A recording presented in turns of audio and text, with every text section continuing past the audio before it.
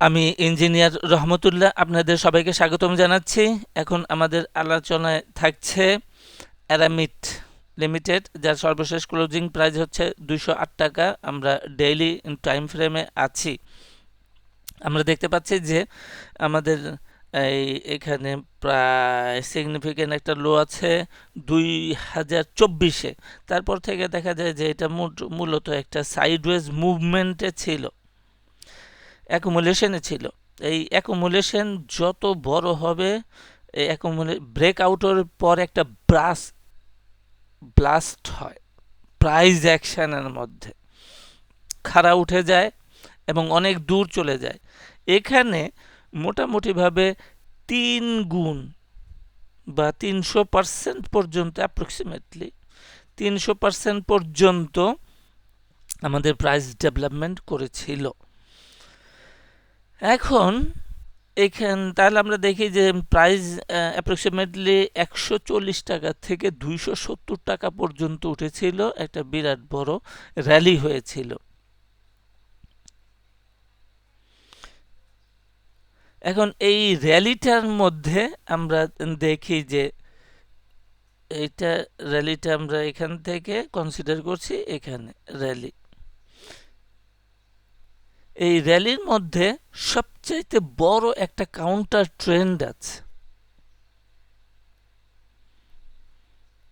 এটা হচ্ছে একটা সবচাইতে বড় কাউন্টার ট্রেন্ড। এটাই আমাদের টোটাল র্যালিটাকে 2 ভাগে ভাগ করে ফেলেছে। তাহলে এখান থেকে একটা ভাগ হলো এ, একটা ভাগ হলো বি, আর একটা ভাগ হলো সি।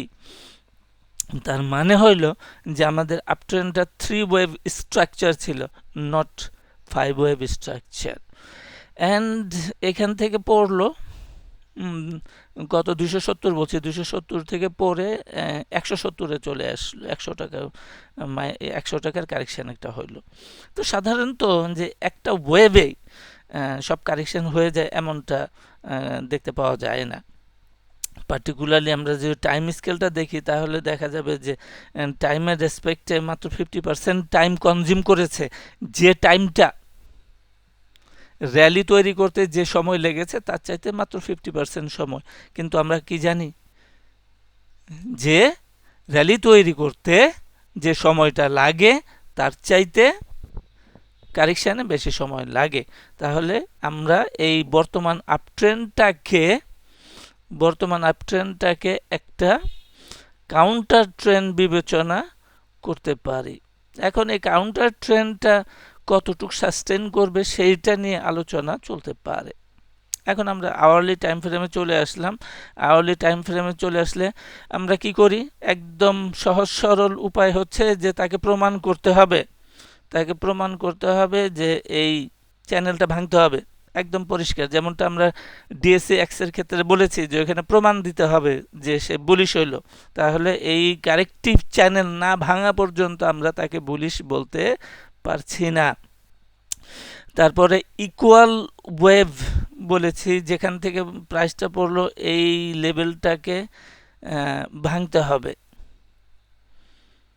তাহলে এটা একটা বড় সড়ো রেজিস্ট্যান্স হিসাবে কাজ করবে। এটা মূলত কত টাকা হলো? অ্যাপ্রক্সিমেটলি 225 টাকা। তাহলে চ্যানেল ভাঙতে হবে, 225 টাকা ভাঙতে হবে। আর আমাদের টার্গেট যেটা বুলিশ হইলে পরে টার্গেটটা কত হবে? টার্গেটটা হইল এই জায়গায়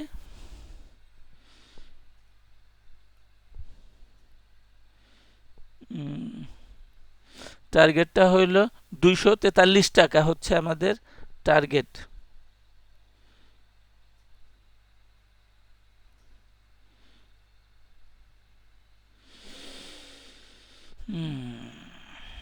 ফার্স্ট টার্গেট বলি,